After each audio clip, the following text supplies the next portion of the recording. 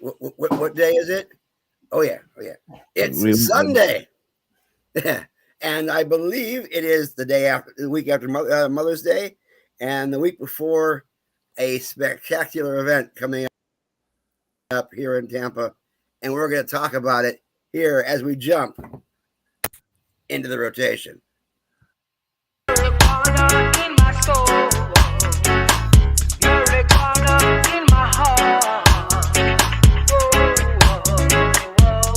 I breathe? Gary's redlining a little bit. Yeah. You seeing that too, Kana? Yeah, a little bit, but we'll get through it. Technical issues being what they are. Yeah. Maybe you should take over the introductions there.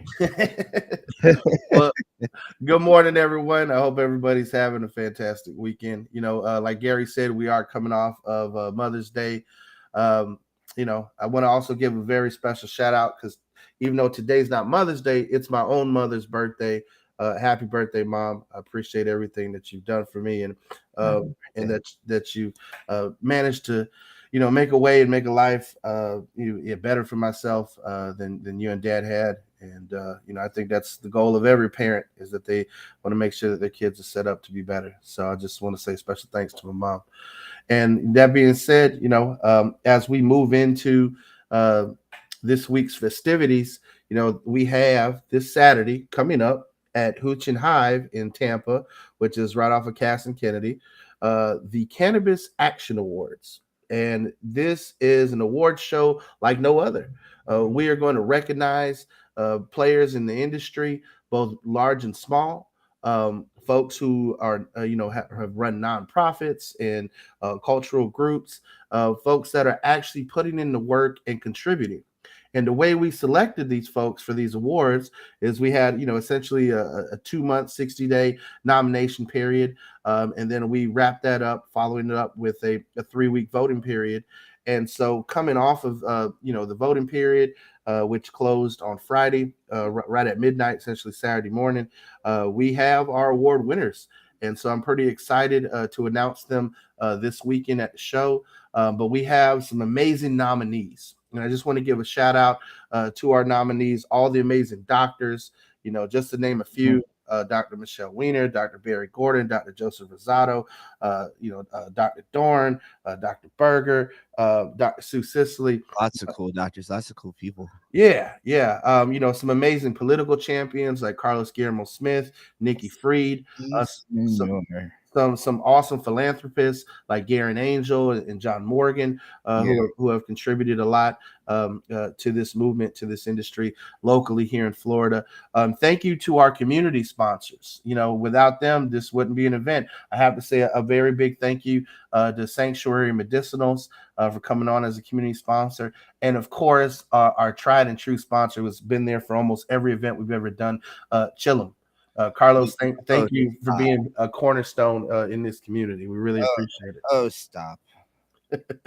No, I mean, it was kind of awkward being like, on the board of Normal and a sponsor for the event.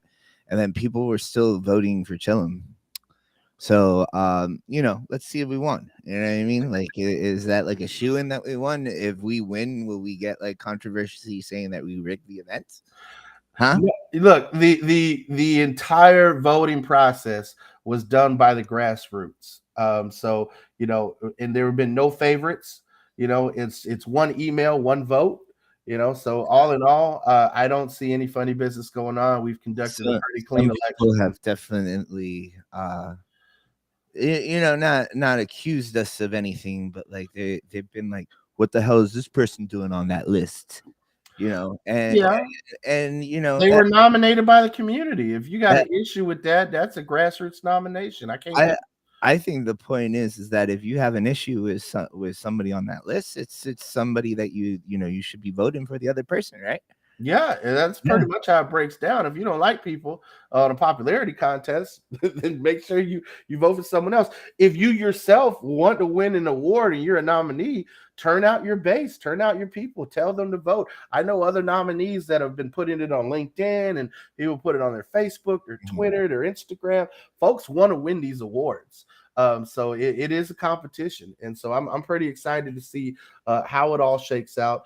There have been some amazing folks who've been nominated for Lifetime Achievement Awards. There are folks who have been nominated who are no longer with us, and so there are a breadth of awards. There's even a grassroots award where essentially it's called the Community Choice Award, where people nominate someone, for an award that essentially was made up from the grassroots, from the community. And so I'm pretty excited to see who wins that, whether it's, someone who wins, best, recovery, someone who wins best bud tender. We'll see how it all shakes out. Uh, Mhm. so there's a lot of amazing categories, a lot of fun. But Hooch and Hive, thank you to Sandy and those folks for giving us a place and location. Again, thank you to the award sponsors, Logical Hippie, Medical Marijuana Treatment Clinics of Florida, and Dr. Joseph Rosado, who are actually sponsoring individual awards. I mean, we even have Best Local Cannabis Chef sponsored by Dr. Joseph Rosado. So I'm very happy to see some amazing folks. Chillum is sponsoring our Best Activist Award. Sanctuary Medicinal sponsoring our Best Supporting Activist Award. There's our Best Veterans Group. There's tons of amazing nominees. So, like I said, we'll be announcing the awards in person live. There may even be some folks who can't attend, but we'll be sending in video messages as nominees, thanking folks for all the support. And so I'm pretty excited to see how it all shakes out. But I again, saw some pretty high profile names on that list, to be honest with you. I think you're just kind of glazing over who's been nominated, to be well, honest. yeah, we have Willie Nelson, Mike Tyson, Snoop Dogg, Tommy Chong, all up for the Lifetime Achievement Award. We got some best national artists like Afro Man, Snoop, Cypress Hill. Yeah. And so I'm pretty excited to see how these larger names end up turning out to the event. Some could be in person, some will be joining us virtually. A But you lot got of a lot of these names have been known to support Normal in the past, yes. and there's a possibility that they'll do something. Yep, some are on our national advisory board, and so yeah, I'm pretty excited to see these folks participate. And it's essentially you got to come to the show to find out who's going to win. And if you can't attend, there'll be some clips that you'll be able to catch online. But you want to be there, And and it's and free for members. So if Hooch you're and Hive is like a really, really it's honestly like a really cool place. These Sandy and Amber who run that bar, and I believe they have like other business partners and whatnot, but they helped us with one of our most successful events, the Split Festival, yes, when they used to run back in the day. Yeah. they used to run the Red Star Rock Bar in Seminole Heights before it all got gentrified over there. I wouldn't say that because like the people that run it now are still pretty cool. Yeah, But yeah. But I mean, there used to be that big lot where we did the spliff, and now there's like condos there. it was that area definitely got pretty gentrified, yeah. Yeah. And it was a lot cooler. We used to have that whole moonlight market there, and they used to invite us there to get like Yeah, petitions signed, yeah. We got a lot of petitions signed for the 2016 ballot there. and they're just cool people. They just want to see the community do well. Marijuana activism is just one of the many things that they do to help out the community. So if you can't get to Hooch and Hive for this event, it would be a pretty good idea just to go down there and maybe have lunch or like check it out, because it's just good people there. Yeah, absolutely. I remember last year going to their 420 event there. Was a lot of fun. Yeah, the 420 pinups were there. And Yeah, they had a build a bowl event, which uh was pretty cool. Bliss Wellness was there and had like joint rolling contests and stuff like that. Hmm. And I believe they're nominated for an award as well, right? Yeah. There's best cannabis culture venue awards. There's best hemp businesses. There's best small business.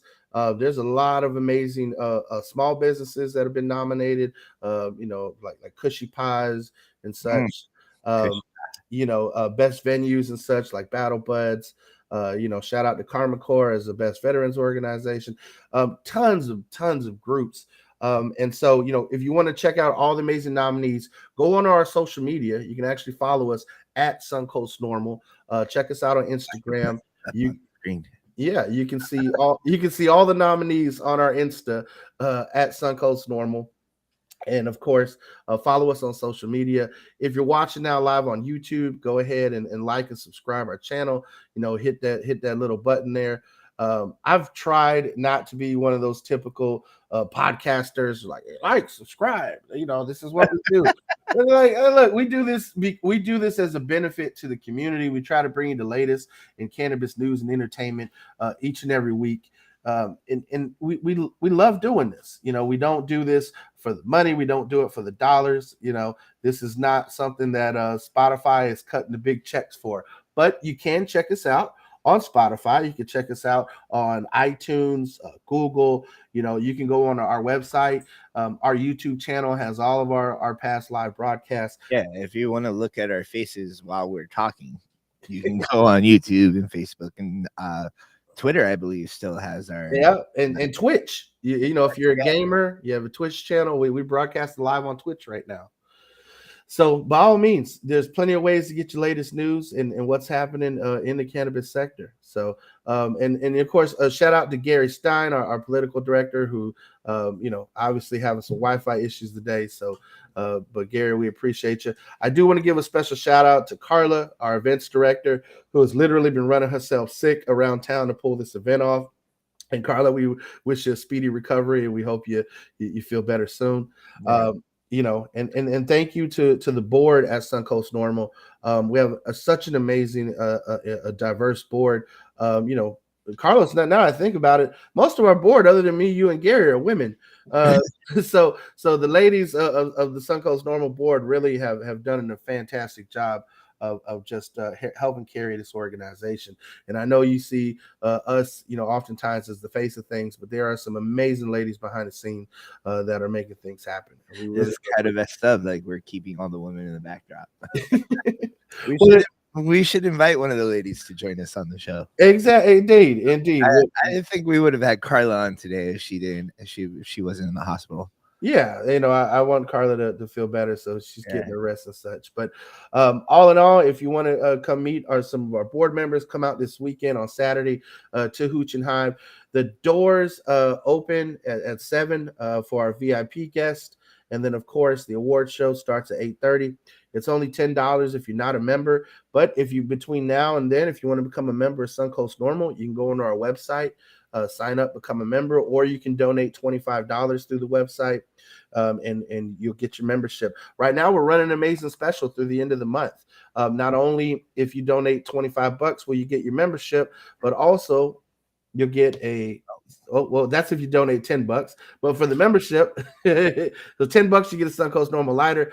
With your membership right now, with a $25 donation, you get a Suncoast Normal medtainer and lighter.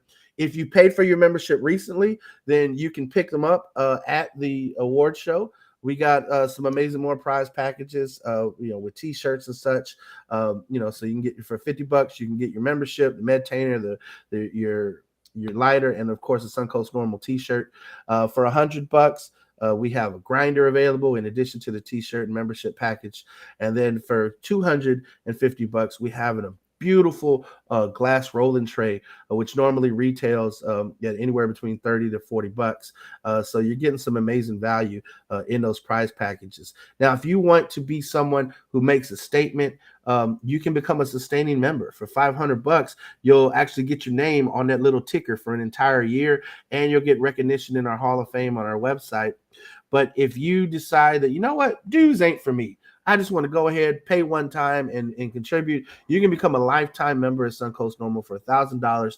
We will show your name as a lifetime member at the bottom on that ticker of the rotation every single episode for life, as long as we're broadcasted. And you have a permanent spot on our website in our Hall of Fame as a lifetime member. So you can enshrine yourself and not have to pay dues anymore, which I dig. So by all means, if you can contribute, sign up, whether you give $10 or you give $100, we got some amazing prizes for you. So now there are some interesting developments. So Carlos, I think it's time for some news.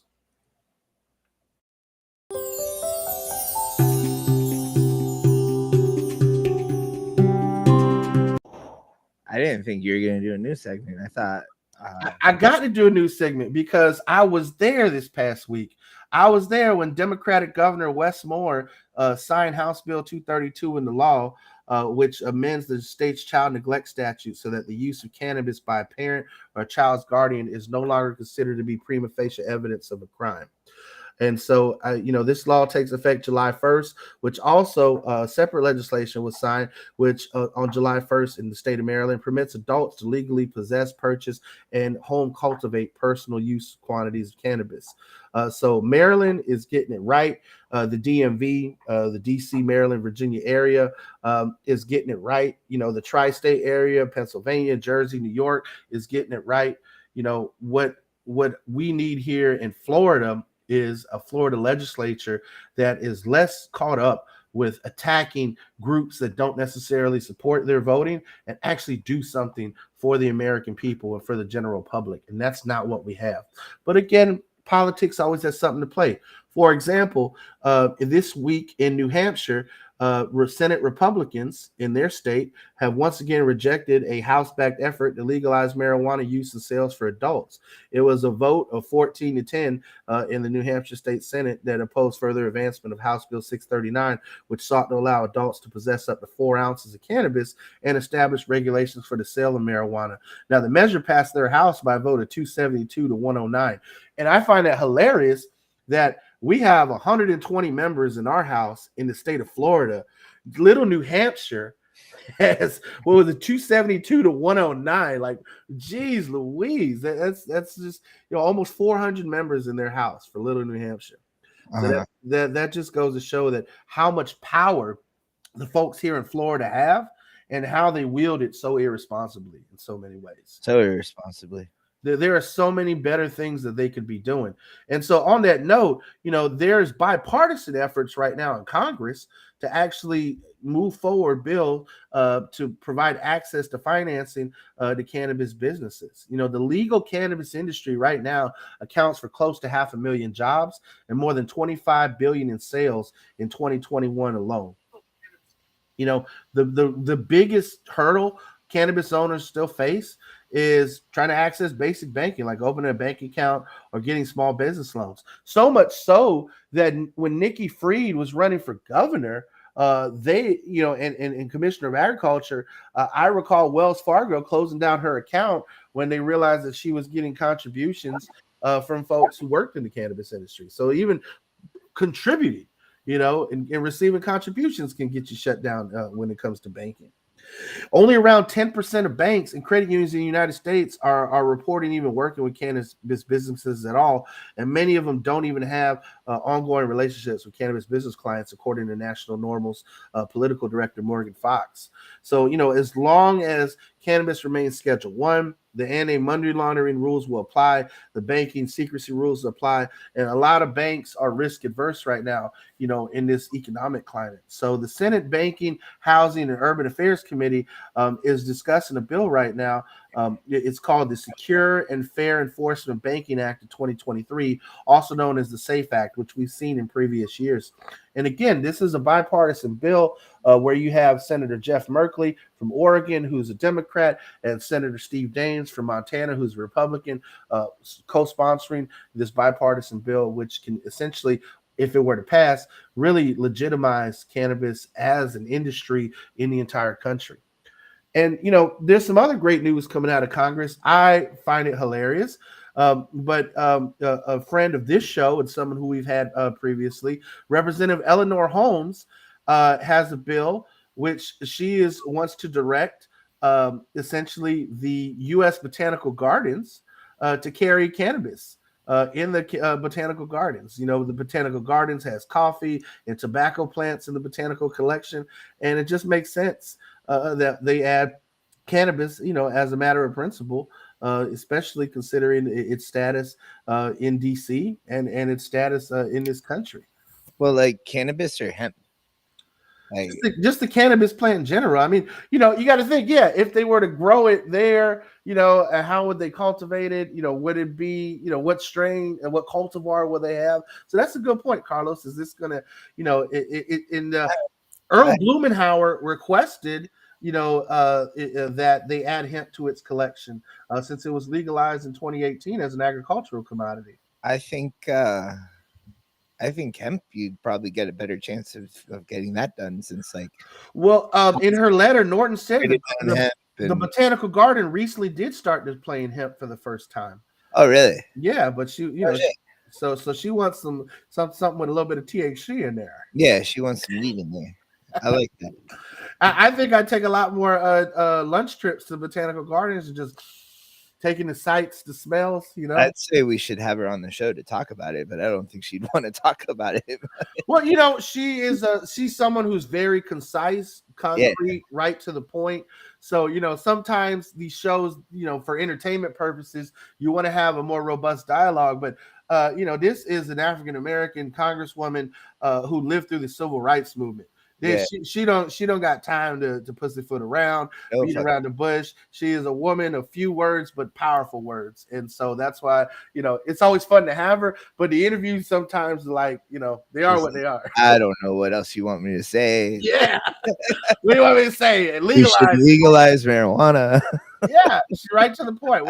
And that's all I have to say about that. So now, people always give us the flack about being, overly partisan and leaning to the left.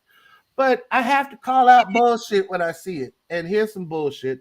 Louisiana lawmakers, and when I mean Louisiana lawmakers, I mean typically Republicans, have killed a bill that would have legalized recreational cannabis use in their state. A bill to legalize recreational marijuana in Louisiana was sidelined in the House Administration of Criminal Justice Committee late last month, despite signs that a growing number of Louisianans support the idea. Republican state rep, who's a Republican, Richard Nelson, who's now running for governor of Louisiana, proposed a similar bill 2 years ago. And it shows that 2/3 of residents in Louisiana favor ending the prohibition of cannabis for adult use purposes. It's just that what we're seeing is Republican-dominated legislators have failed to enact adult use via legislation. That has been in Republican states where they dominate the legislature. Legalization has only occurred as a result of voter-approved initiatives.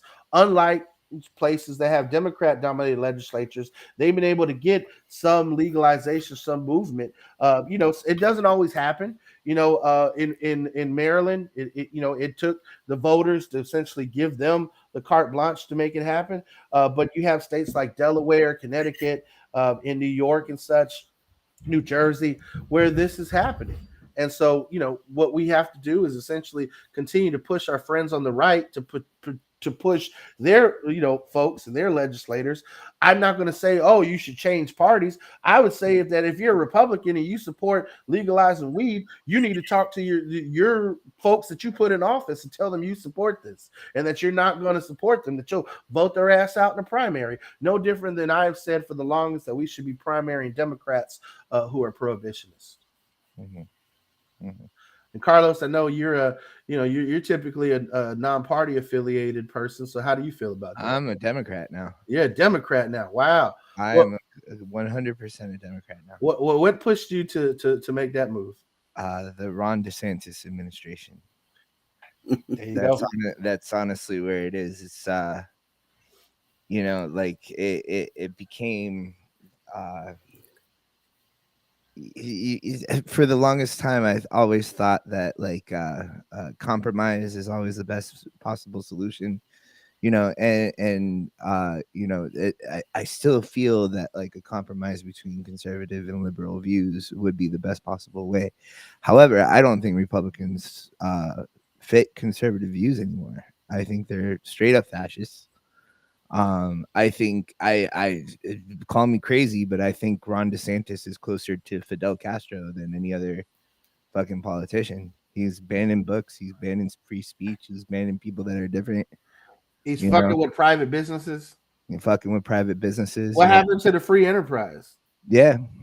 I mean, here's a point. He's been fucking with your business, Carlos. That whole hemp bill from the insiders, from folks, even from the MMTCs who were accused of pushing it, have all said this is coming from DeSantis's administration.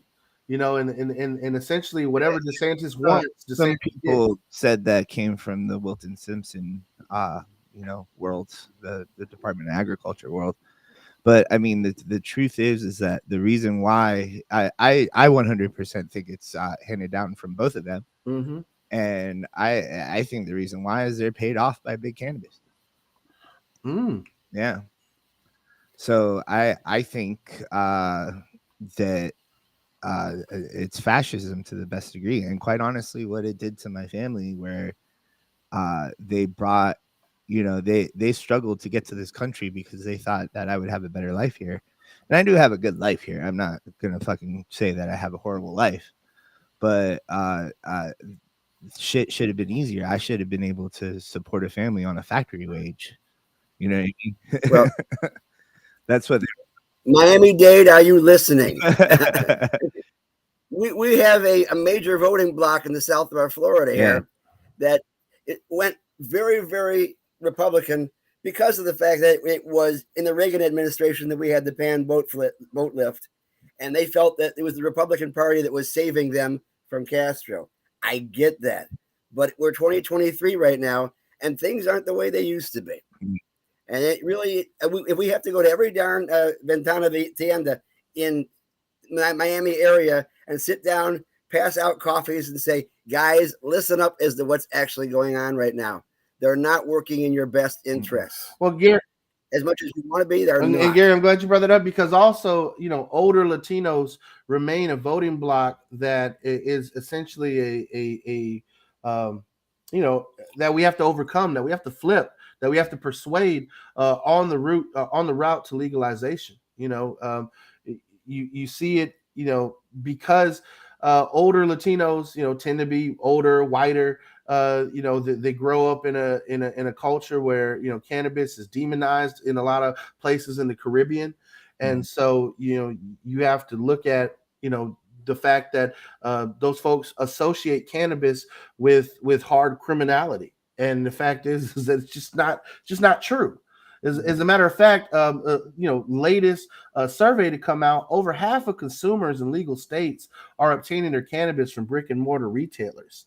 And that's actually up, from just a year ago, where folks said that a year ago 34% were getting it from those. Less than 6% of consumers in legal states say they primarily purchase their cannabis from a dealer or a legacy market source, which posits two things. One, folks want to do things the right way, and two, we got to do something about the booth.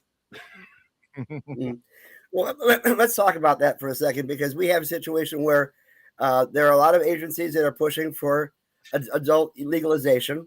And I don't want to use the word recreational, because that's the same thing they use for heroin and opioids. So let's stick with adult use if we can, guys. I know it's difficult because it's too far out there, but we're trying to get this thing going properly. But the fact is, we still need to concentrate on the fact that we are a medical market right now. And right now, we don't want like what happened in Washington State, where they essentially cannibalized the medical program to create the adult use program. And that would be of a great disservice to all the people who use this as medicine, which is basically the reason why we have it available to us right now. Now, you should note that there was a portion of the DOH funding bill that came through this last session that said that they will, I'm not certain what exactly the punitive measure will be, but they have prohibited all advertising by MMTCs that appear to be pushing towards recreational use. So if you see an ad that doesn't talk about let's take care of your depression, let's take care of your glaucoma, let's take care of this and the other thing, instead they say this will get you high tonight, that's not exactly what they mean by proper advertising. And there will be consequences. And you know that the legislature loves to give out consequences. They couldn't write a telehealth bill without putting consequences for all of the doctors out there that push the boundaries. And all of our doctors, God bless them, push the boundaries right now because we don't have a qualifying condition expansion. So they have to essentially jury rig a lot of the recommendations to make things work. So we've got a lot of things we have to do. And we do have a petition. I have to mention this, Safe and Sound Florida. Is that what it is? Smart and Safe, whatever.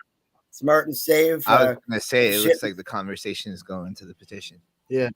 Well, sit and shit, Florida. I don't care what Yeah. you want. And when you say we, you mean the public, not us. It's not our petition. Let's be clear. Yeah, let's just put it this way: we don't take boof dollars. Just so you know, because that's one of the reasons we're poor. But hell, those guys get the money.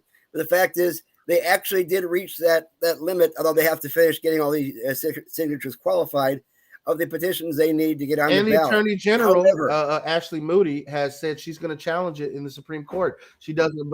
That's where I was going. Yeah. So I mean, have we taken an official stance? I think I know. No, we've not. What I would say this much is that we're at a wait and see period, because lining up and getting behind this is something that still we need to see how it shakes out. The Supreme Court could entirely say, hey, you got to change this piece of language. And because they have the money to do it, they could just redo this whole, drive again over the summer. It's not entirely possible. It's not, it's a matter of money, and they got money to burn. So, the Bellamy brothers, truly the folks who have been funding Smart and Safe Florida, have the money to redo the entire petition drive if necessary, should it not pass review. The question is now, where does politics come into this? Is there going to be political gamesmanship? Is the Supreme Court going to, not give them a hearing in time to make a second petition drive? Is the Attorney General of Florida, going to play certain games with it? They asked me when I got interviewed by Tallahassee Democrat this past week how I felt about it. And I said, Ashley Moody's no different than Pam Bondi. Standing in the way of progress, standing in the way of sick people getting access to this. For so many sick patients, a $200 or $300 a year in doctor recommendations does not work for them. So what the adult use market will give folks that opportunity. The problem with the adult use markets, though, is oftentimes they were overtaxed, overregulated, and that drives up the prices. And the one thing in Florida is the prices right now in the medical market are already too goddamn high. I think there's been a bit of a shift since the Pam Bondi days, though. Like, I think, that there is a very behind the door support by Republicans for big cannabis. Yes, however, in Tallahassee, it's very much a top-down philosophy up there. The leader basically gives marching orders, and they march. And that is the way it was in the Rick Scott administration, where basically Pam Bondi was Rick Scott's lawyer. Essentially, anything that he said, she did. It wasn't a matter of being independent like you're supposed to be. And that hasn't changed at all. Ashley Moody is still a goose stepping for Ron DeSantis. I don't know exactly how she dances. Of Ron DeSantis is in the pockets of the MSOs. Yeah. Well, I 100% feel that way. And this is 100% an initiative by the MSOs. I think we'll see a lot of support from it from Florida Republicans. And I think there'd be a lot of I want to take credit for legalizing marijuana. I'm a cool hip Republican guy. When some of those same guys were the ones pushing THC caps just a couple years ago. Some of those same guys pushing THC caps. Yeah, but the way guys we're trying to make the hemp industry illegal. Yeah. Okay, this is where I take a little bit of a stand on my own, which is my own paradigm. You don't have to take it with any more than a grain of salt, because it's my opinion.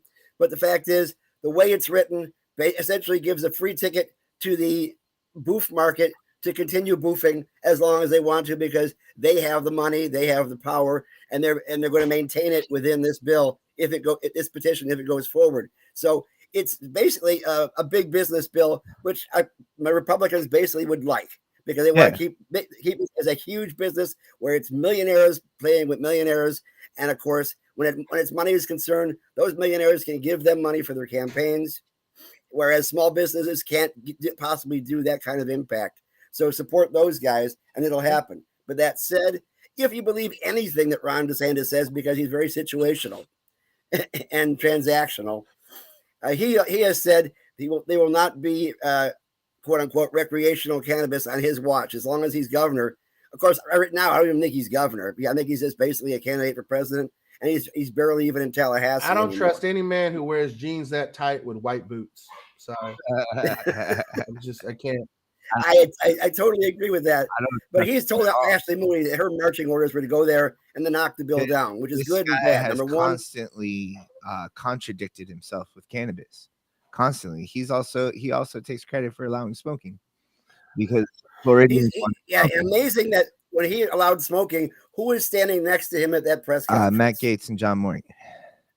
Yeah, John Morgan, who basically edged him on financially to go ahead and give us a smokable flower. I don't think it was not a transactional situation.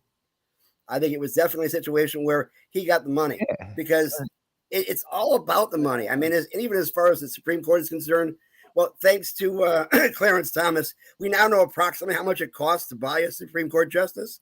So, but as far as Florida Supreme Court justices, I think that the those numbers are in a sealed envelope, which is probably being passed. Well, I think DeSantis was pressured, to pass smokable flower because how else is Matt Gaetz going to relate to his 18-year-old girlfriends?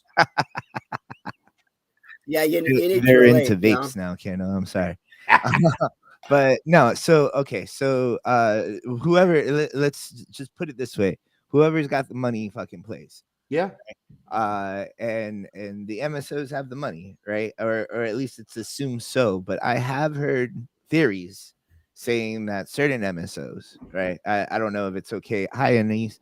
I don't know if it's okay or not to say their names. So certain MSOs expanded a little too quickly, right? Mm-hmm. Put too much money into politics that failed, right?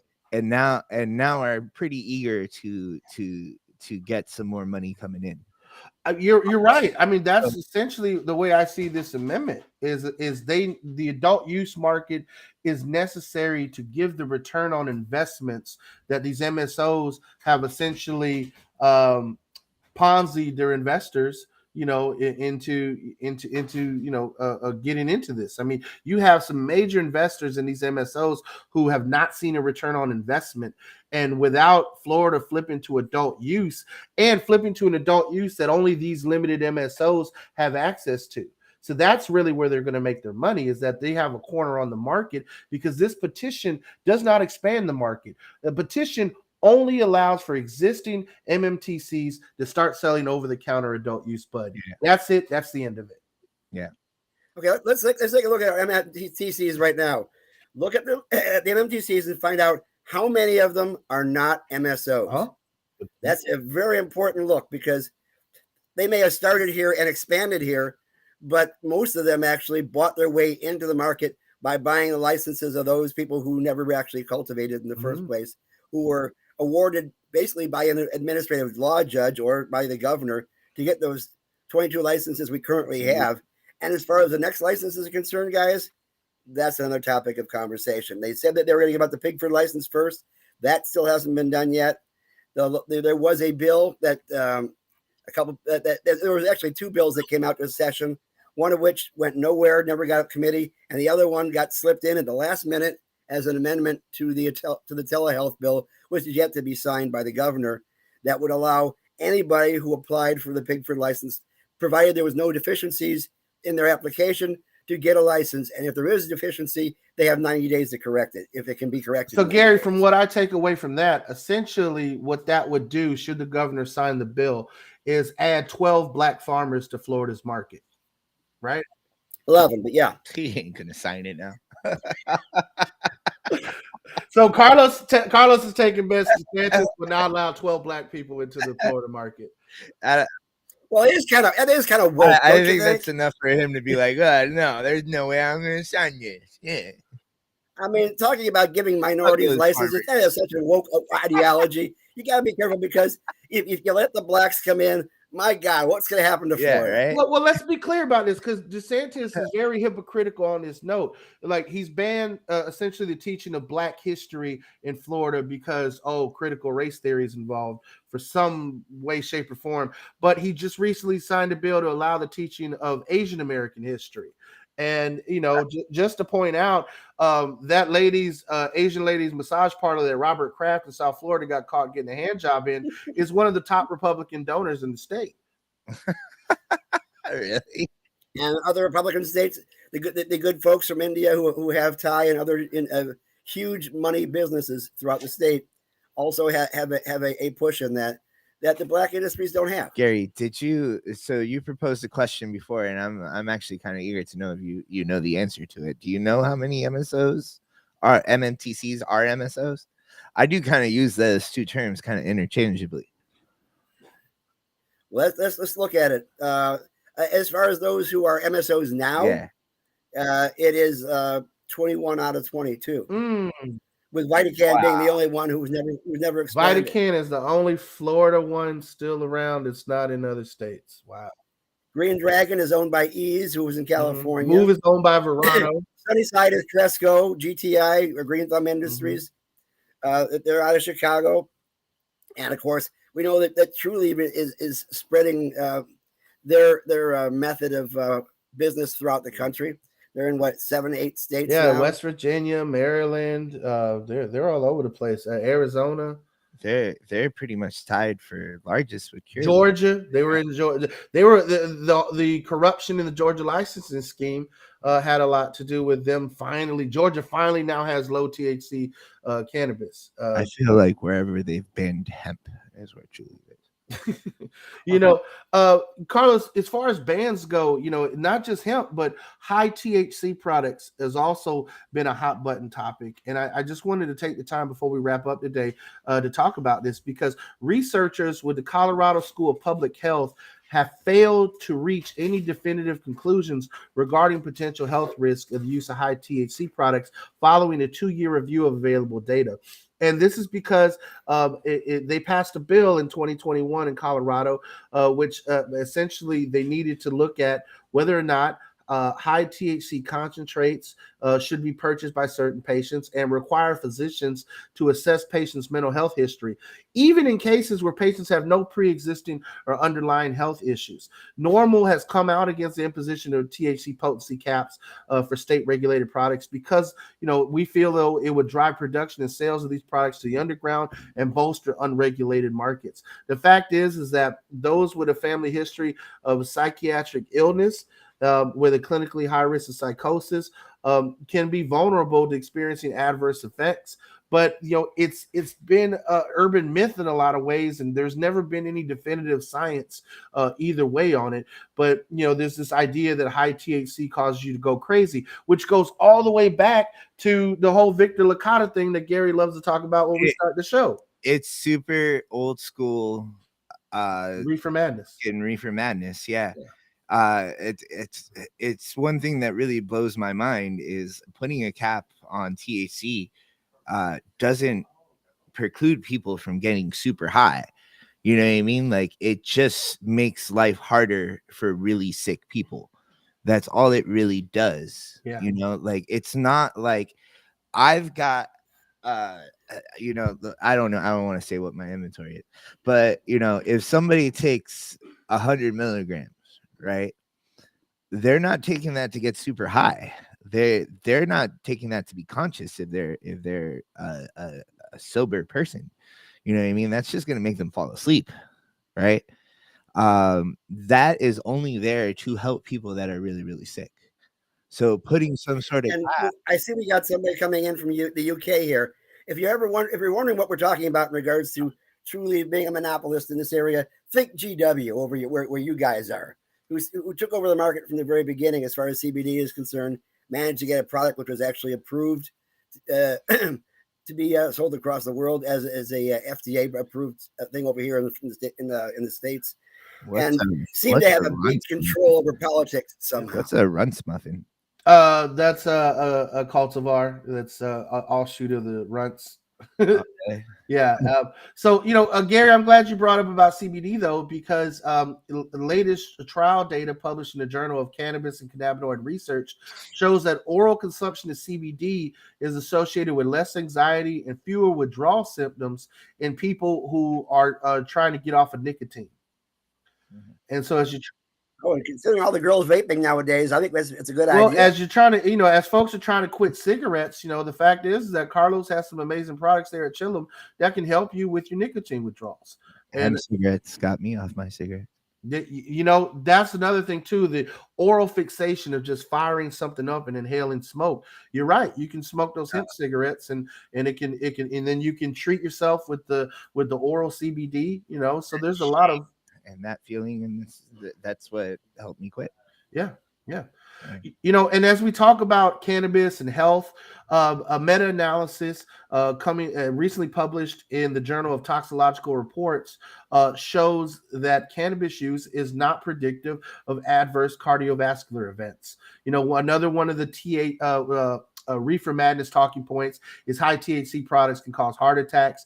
And like we just said, that there's this whole thing that the people try to say they cause psychosis, but it's just the data is not there. It's not it's not conclusive. It's not showing that that's the case. As a matter of fact, in many ways, we're seeing the opposite in that cannabis has major health benefits for folks rather than adverse health effects. Now, we at Suncoast Normal wrote a bill several years ago now that is a Medical Patient Protection Act. And two of the things that it does is it prevents people from having their medicine taken away if they're in an institution, such like a hospital or a assisted living facility. But it also prevents people from being taken off of the transplant list. And the main reason they always gave as to why people with a medical card cannot have a transplant is because they said that survivability decreases in people who use cannabis. And that is just not true. It's never been true. The research has always been there. And when we go ahead and talk to the folks in Tallahassee and they say, if you follow the science, and that's when I stop them and I say, yes, the science shows verified that those people who are using cannabis, which is anti-inflammatory, do better and have greater survivability after a transplant than those who don't. Indeed. Well, team, I have to run today, but I appreciate an amazing show, and I'll leave y'all to wrap it up. But again, I just want to say thank you to everyone watching. Shout out to our friends in the UK watching. Shout out to our folks in France who often watch the show. And all in all, and Denmark. Yeah, and Denmark. And this Sunday, this Saturday in Tampa, May 27th is our Cannabis Action Awards. It's only $10 to get in, or if you're a Suncoast Normal member, it's free. So you can become a member between now and then, or you can visit our booth at the event and become a member. And of course, it comes with free admission. So with that, team, I will leave you, Carlos, Gary, to wrap up the show, and I'll see everybody at the awards show next weekend. And I do apologize for not getting us a guest today, but we had a lot of things we had to talk about anyway, as usual. But Earl Blumenauer, his office is that they're still tied up in debt ceiling negotiations and farm bill negotiations right now in order to prevent us from going in there. I said, well, definitely do your job first. Come back and report to us later on. We'll be here to listen to it. We'll be here to make certain that information gets to you. And Carlos, you want to say anything else before we wrap it up and get ready to pack things in for next Saturday? And you're on mute. Carlos, you own the board. Why was I on mute? So I just want to say can't wait to see everybody at the Cannabis Action Awards. Hope you won an awesome award. Absolutely. And quick, Carlos said I wanted you to mention this earlier because we hadn't had a chance to. What was the process in regards to getting people nominated and how those awards were put out, so people know what our process was before we actually start giving those awards? We did talk about it earlier, because we got a lot of people that are like, why the hell was this person nominated? This was all nominated by the public. So the public went ahead and nominated people. Anybody could have nominated anyone. And once we had the nominations in, we opened the floor for voting. So we had nothing to do with who was picked. We left it up to the community, and the community spoke on who was the best in each activist category. And I apologize for not getting on sooner, but my laptop, like myself, is really slow in getting up in the morning. No worries. I was at half speed. It was at 1/4 speed. We eventually caught up. You're late when you come into Ybor anyways. Yeah, but I've had a half hour of drinking coffee when I get there. Well, maybe moving out to North Dade City to find affordable housing, but that's another story altogether pretty soon. It'll actually be a longer drive, but I'll still be there. Yeah, I'll still see you, I'm sure. Hopefully you get a good spot, Gary. Looking forward, and it's going to be a spot. It's going to be, it's going to be a place of consumption. Well, Medically. I'll get high there too. But